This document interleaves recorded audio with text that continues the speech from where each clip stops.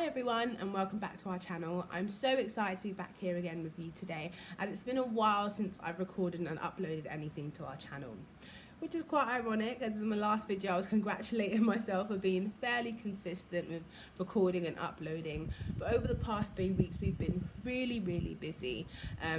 As you can see, I'm recording from a new location today, so I'm excited to announce that we've moved homes. Woo! Which is some really exciting stuff, as we've moved outside of the Yorkshire area and to the East Midlands, which is amazing for me, as I've been wanting to get out of Yorkshire for a while now and have wanted to be in the East Midlands. So I'm excited to finally be here and to be starting our new home, or establishing our new home before we welcome the new baby. I am planning to also have a home birth as well, so this is going to be the home in which we welcome this new baby. So definitely some exciting things and some exciting times to come in this house that I am looking forward to sharing with you all. Also, last week I was fortunate enough to be able to go on a baby moon before I welcomed this new baby. I got to go to Italy. I didn't go with the family, but it was still nice to get away and to have some time to myself. So I'm going to be doing another video talking to you about how this went and some of my reflections on the baby moon. But today, what I want to talk to you about actually is some of the things I've been thinking about leading up to this move and now that we're in the new house. As I said, we moved outside of the Yorkshire area into the East Midlands, and although I was excited to leave the Yorkshire area for a very long time, there are quite a few things I did love about being in Yorkshire and that I am going to miss. But that being said, there were a lot of reasons why I wanted to leave. So there's a couple of things I didn't enjoy about being in Yorkshire and that I won't be missing at all. So today I'm going to talk to you about some of those things. So stay tuned and make sure that you follow, like, subscribe and share.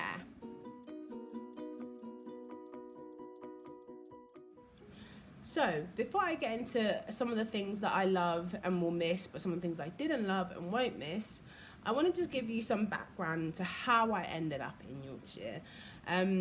Me and Curtis met in Leicester when I was finishing my masters, which was really exciting, and a new time getting to know each other as a couple. And I had planned that after my masters that I didn't want to go back down south to London, Luton area, that I wanted to live somewhere new and have a new experience. And I had wanted to live outside of the country, but once I met Curtis and he told me what life in Yorkshire was, and really talked it up because he loves being a Yorkshireman, I thought, okay, actually let me consider living up north, as I've never done this before. So I moved to Leeds after I finished my masters and worked for a year before beginning my PhD. And this was a really exciting time when I first moved up. It was a new experience and I found that I really enjoyed actually being here. But once I started my PhD and I'd lived here for a year or two, there were a few things that I didn't necessarily like about being here, or like the idea of being here long term, or being in Yorkshire long term, and I wanted to move. So I would say from my second year living in Yorkshire, I had wanted to move out of Yorkshire, and we ended up staying there for just less than 5 years. However, in those 5 years, there was a lot of things that I learned about myself. There was a lot of self-growth that took place. And, I can't discredit the time that I spent in Yorkshire, as it really taught me a lot. But that being said, I'm excited to be out of Yorkshire, as it wasn't a place I wanted to raise children. And yeah, I mean, do I know where exactly I want to raise children? Probably not. I think there's so many different options available to us, but at the same time, limitations with different places that we consider and think about. But I knew that I wanted to get outside of the Yorkshire area once starting my family. So to have this opportunity is one that I'm really grateful for. That being said, let's get right into some of the things that I love and will miss about the Yorkshire area. So, number one, the first thing that I loved about living in Yorkshire was being in a rural space. Having been brought up in the London, Luton area, I felt so claustrophobic being around a lot of people and just, being in the thick of it where it was happening in the country. And I know a lot of people love London and love living in London, and I was going to college in London around the Olympic time, so it was really busy, and there was always stop-start because of works that were taking place on the trains and delays. And I think I just got really frustrated with just sort of being in this city environment. So given the opportunity to live in a rural area, I actually really loved it, because it made me realise that I'm only a part-time city girl. I cannot do the city 24/7, 365 days a year. It really isn't me. I love to socialise and party in the city, but then escape the country. And being in Yorkshire, there were so many green spaces that literally just made me appreciate living in the UK, as I got to see a different side of the UK, and, you know, a lot more scenic side to the UK than I had done when I lived in the London Luton area. I remember once, you know, saying to my mum when I went to uni that I wasn't going to come back home, and I meant it, but I didn't necessarily know where I was going to go, and I thought I would end up in another city somewhere. But actually, slowing down and ending up somewhere that was more rural and that had a lot more green spaces was actually really, really good for me, because it allowed me to, you know, discover a different side of myself, this calming side that did like to relax. And for those who know me, I am very extroverted and do like socializing, but I also like the idea that when I return home, it feels like home. And I didn't always get this sense when I lived down south. So living in Yorkshire really opened up, you know, the possibility of, you know, the different spaces that I could find and be in the UK. And I recommend for anyone who hasn't been to Yorkshire that there is some amazing places to visit up here. There's some really, really beautiful places, and if you like walking and you're a rambler, or, you know, you just like seeing things new, I would definitely recommend, you know, visiting Yorkshire and having, you know, a staycation in Yorkshire. There's so many beautiful things to see. And also, living in Yorkshire, there was just so much space. I ended up living in 2 villages and 1 suburb whilst I was here. I did live in Leeds for a bit, and even when I lived in Leeds, it was still a bit too much for me, too much city, and I ended up moving out into a village, which, although it can be quite isolating, as, you know, the transportation links aren't so good to villages up here, I did find it really relaxing to actually live in a village and just actually be away from the hustle and bustle. So village life is for me. I now know that. I would have never known that had I not moved to Yorkshire, but I now understand that, yes, I do like a suburb, but I also don't mind living in a village as well. So yeah. The second thing that I love and will miss about Yorkshire, and this one is very close to the first thing, so there is no really ranking, but is the friends that I've made here that have become family. For me, the people make a place, whether I'm living there, visiting, on holiday, the people really, really make a place for me. And the people that I've met here who have really changed my life in so many ways, added to, you know, my knowledge, added to my wisdom, but also have been comforting for me during really hard times, were the people who really made living up here actually quite amazing.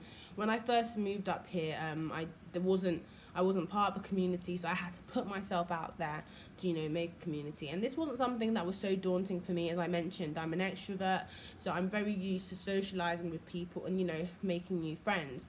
So to make new friends wasn't something that I didn't expect to do, but to make friends who had become so close that, you know, they're almost like family to myself and my daughter has just been really incredible and amazing. And I'm definitely going to miss those friends, as I've had some really hard times up here, and when I've had those hard times, I've been able to escape to them and, you know, just seek solace in them, and they were really, really amazing.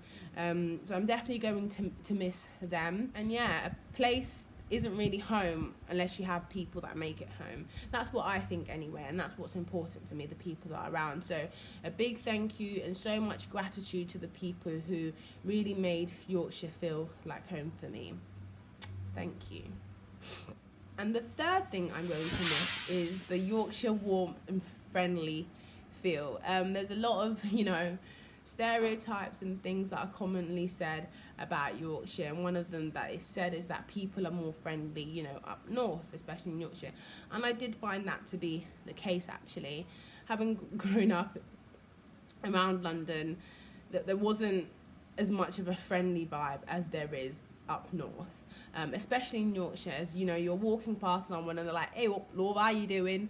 And you know, some people might not like that, but for me it was very comforting. As an extrovert, you know, being around people who are willing to talk and engage with you is something that I like about the environment that I live in, and being around the friendliness up here was really nice. And part of that friendliness was the accent. I always mocked the Yorkshire accent to Curtis, but actually I am going to miss the Yorkshire warmth and the Yorkshire accent, the hey up, cocker, pet, love, all of that. I'm going to miss it. Excuse my terrible Yorkshire accent, but I'm definitely just going to miss that friendliness. I always say when I visit London, I smile, and you know, I forget that, you know, you're not allowed to smile at strangers in London, and I still smile at every black person or person of colour I see, really, and they don't smile back. And I remember saying to my friend, like, people here don't smile back, and she's like, yeah, they probably think you're weird for smiling. And I'm like, oh yeah. So having to, because I visit London quite a lot to still see friends and family, having to do that sort of shift in my friendliness can be a bit annoying at times, as my natural disposition is to be friendly and to be smiley and, you know, generally outgoing.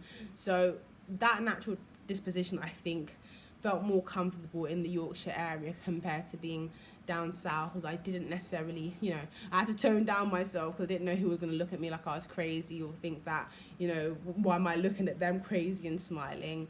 So yeah, I was allowed to, I guess, to a certain extent, be a bit more of my authentic self and my authentic friendly self in Yorkshire. So I'll give that to the Yorkshites. I don't even know if that's what they're called, but that's what I'm calling them, that they are friendly. And you know, it might be God's county, I guess, with the friendliness that is here, alongside the green spaces and, you know, less pollution, all of that. I have definitely enjoyed being in Yorkshire because of the different experiences that it's let me have. However, there's some things that I definitely have not enjoyed, and they've made me feel really uncomfortable here and longing to leave. So now I'm going to talk about some of those things. Number one of the thing that I won't miss so much is kind of closely associated with this idea that Yorkshire is friendly, but it's this passive racism that you experience in Yorkshire. I like to refer to it as a nosy passiveness, because although people are friendly and people will walk past you and say hello, and you know, I lived in 2 villages where I was one of few black people and black women as well. People would say hi and would say hello, but sometimes I felt like the hellos and the highs came with a vibe or a look or a feeling of, what you doing here? Are you meant to be here? And people would assess whether or not I was meant to be in a space or not. Actually, in the first village that we lived in, I felt like when people saw me by myself, they were friendly, but you know, still quite standoffish. And I say standoffish, not like horribly, but they would be friendly. However, when they would see me with Curtis, my white partner, they'd be friendlier. It was almost like, okay, you can hang because your partner is white. So there was almost, my proximity to whiteness made me more acceptable in this spaces, which then made me feel like, oh, had my partner been black, would I have received the same reception? And I might have done, who knows, but I always felt like, although people were friendly, there was always this look and this feeling of, are you meant to be here? There was a time I went to Barnsley to get some tattoos, and you know, within the first 10 minutes of being there, I noticed that a lot of people were staring. And then I walked past the child who was staring at me, like fixated, and they'd walk past and they were still turning their head and, you know, breaking their neck to stare at me. And it was at that moment I was like, oh, actually, I might be getting a lot of stares because I've not seen any black person around here, and there might be a few of, you know, black people who are around it, and it was quite a working class area as well. And later on that day, I relayed, you know, how I felt on this experience to a family member of Curtis's, and their response was, are you sure that they were staring at you because you were black? Are you sure? And I'm like, I can't definitively say that they were because I'm not a mind reader, but the fact that, you know, I'm one of few black people in this space and I'm getting looks, of course is going to generate that paranoia that people were looking at me because I was black. And that in itself is a symptom of racism, you know, that discomfort, that paranoia, that, oh, is this happening because I'm black, and not being able to sort of measure it is a symptom of racism and the experiences with racism. So although up here I've never received, you know, the overt, or people saying the N-word or disregarding me very overtly because I was black, that sort of uncomfortable feeling, that questioning whether or not I was allowed to be in a space, is a lot of the things I've experienced up here more than I have down south. I do say I've experienced racism in everywhere I've been in the UK. That's been, I say everywhere that I've been as a black person, just generally I have experienced racism. There's places where it's been more overt, like when I was down south, someone drove past me and shouted out of the car, "monkey girl," and things like that. You know, all these quite overt things. But when I was down south, it was more of a feeling of like I knew where I stood, you know. If I entered a certain space, I knew that actually this space is a racist space, and there wasn't that much paranoia and questioning. Whereas up north, I had more of that paranoia and questioning. So it definitely hasn't been something I've enjoyed living in Yorkshire, and I definitely will not be missing it. So whilst I've experienced and dealt with racism and microaggressions in different spaces, making the choice to have a relationship with Curtis also meant that I opened a certain element of racism and microaggressions into my familial space. And this was never one that I was comfortable with, and that I really wanted to escape from for such a long time, even before having kids. But having children was a big motivating factor to get them away from some of these ideals. It's definitely something that can impact them. So yeah, this was a big motivating factor as to why I wanted to leave the Yorkshire area. Number two of the things that I won't miss and didn't enjoy is very closely associated with the first. It's the few black and people of colour spaces that have been in Yorkshire. I know places in Yorkshire are quite diverse and do have a high population of people of colour, such as Bradford, which has a very high South Asian population, and also in Leeds is a high South Asian and African and Caribbean population. However, these spaces are so few and far between. Oh, I also didn't mention Huddersfield. There's also quite a large black population in Huddersfield, and Sheffield, I guess, but Sheffield is Southfield. But anyway, there is spaces where you can find black and people of colour, but these spaces are so few and far between. And another thing I didn't like about these spaces is that they generally tended to be, you know, in inner city areas that were deprived and, you know, quite intentionally left deprived, and that just always really upset me and didn't sit comfortably with me, because it felt like if I wanted to, you know, be around other people of colour, I had to be in these spaces that, you know, experience a lot of poverty and deprivation, and made me quite angry to see. Yeah, it wasn't always comfortable to always only associate with people who look like me in only set spaces. You know, if I wanted to socialise with people who look like me in other spaces, yes I could, but you'd also get the look. So when I would go with friends with areas that, you know, were predominantly white spaces, we would then have to deal with the looks, you know. And again, that wasn't comfortable because it really limited the options of many places that we can go. I mean, I don't really let many things stop me from living my life, but again, having to put up with that paranoia when you're in a space where you're like, actually, is this space meant for me, doesn't always feel particularly comfortable. So I didn't really enjoy that, because when I had lived in Leicester literally is a city, is one of those places that I can say is, as they say on the tin, it is very multicultural, as there's a lot of people living amongst each other. They didn't really, whilst there is areas where it is predominantly people of colour, you can still go to other areas and other spaces and still see people of colour, and not necessarily feel like, oh, I shouldn't be in this area because it's a white only space. And I'm sure there is spaces like that definitely in the East Midlands, but my experience of it was, you know, a lot less than in Yorkshire. In Yorkshire I found that there was more white spaces where I found myself feeling paranoid and feeling uncomfortable. So for that reason, I'm definitely excited to be outside the Yorkshire areas. It's definitely something that has concerned me with bringing up my kids in an area where there aren't many people who look like them. I definitely had concerns about nurseries to send my children to, childminders to send my children to, because I'd always think, are they going to be in a diverse space? Are they just going to accept whiteness as the norm? What about my culture they're going to learn if they're just in white spaces? So I had all these questions and all these discomforts when we're in Yorkshire, but now we're in the East Midlands. There is definitely more spaces that I can immerse my children in, that will make me feel actually that they will still get some access to people of colour spaces, and to see people who look like them as well. And the final thing that I won't miss and did not enjoy about living in Yorkshire was how far it was from my friends and family that lived down south.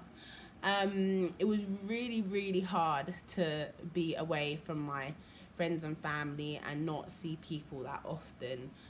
Once I moved up north, the first couple of years it wasn't too bad as I travelled. I think I came down to London every 2 months or so, but as people started working, I started working more in life, I got really into the thick of life. I wasn't always able to just go down in a whim, and it made me realise how much I was growing up, that I couldn't just drop everything and just drive down to London. But it also upset me because I felt like in this period of time I was the one who was always driving down to London to do the visiting. People in London don't tend to leave London very easily and readily, so it felt like I had to beg friends and family to come and visit. I say beg, not necessarily grovel, but I constantly had to ask and remind them to come and see me, and I didn't necessarily feel like I had people sort of throwing their hands up or offering to come and see me as often. And this was quite a hard one to sort of sit with, as sometimes it made me feel unloved, and not to say that my friends and family didn't love me. They also had things going on in their lives, they also had lives to live, but the fact that people didn't offer as readily just made me feel like, oh, don't people want to spend time with me? Because I still had that longing and desire to spend time with people. So this really did impact on my mental health quite a lot, and when I lived up there, and left me with a lot of anxiety and negative thoughts that I ruminated on, and it became extremely hard when I then had a child, because I always said that when I had children I wanted to be close to my mum, as I knew she was going to be a great source of support. But once I did get pregnant, this was during the COVID times, and once I gave birth we were in lockdown, so the access I even had to some of the support was limited. The support up north was limited, the support from friends and family down south was limited. I didn't have many people who came to visit me. It felt like I was still doing the trips to London and to down south to introduce my child to people and to have people see my child, and I think I developed quite a lot of resentment that I was the one doing this. I had a baby, but here I was still being the person to visit people. But I knew what I needed. I knew that I needed that connection with family and friends, so I did do it, but it became very draining and tiring, especially with a newborn baby being that person. So the distance that I had from family and friends, I always thought, I'm going to be able to live anywhere in the world, I can just move away. And actually living up north made me realise that how important having a solid support system was to me, and creating that solid support system. And so whilst I did create that support system that I needed up north, I still very much longed for the one that I had down south, and that put me in uncomfortable positions at times, and like I said, really added to some of the the issues that I struggled with my anxiety and depression. So that being said, now I'm in the Midlands. I am halfway from friends who have become family up north, and also my family and friends down south. So it puts me in a really good position to be able to, see people and have access to people.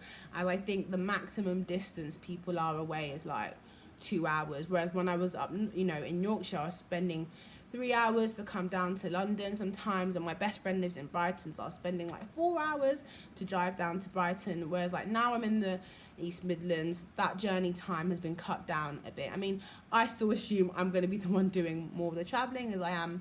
I do get quite restless and just want to up and go, so I don't mind necessarily doing the travelling, but at least now the pressure isn't going to be there as much.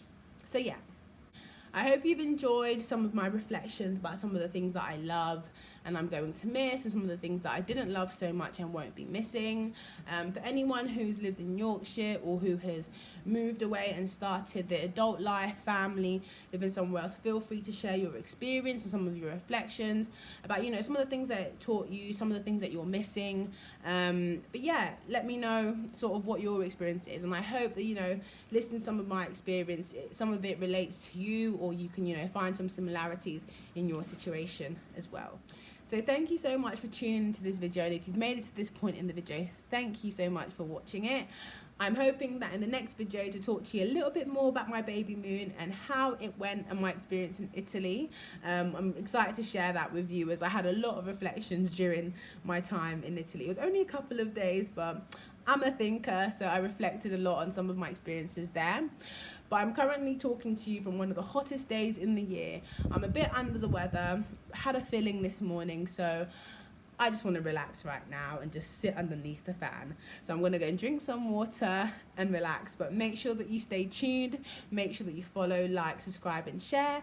And I'll talk to you next time. Bye everyone. Mwah.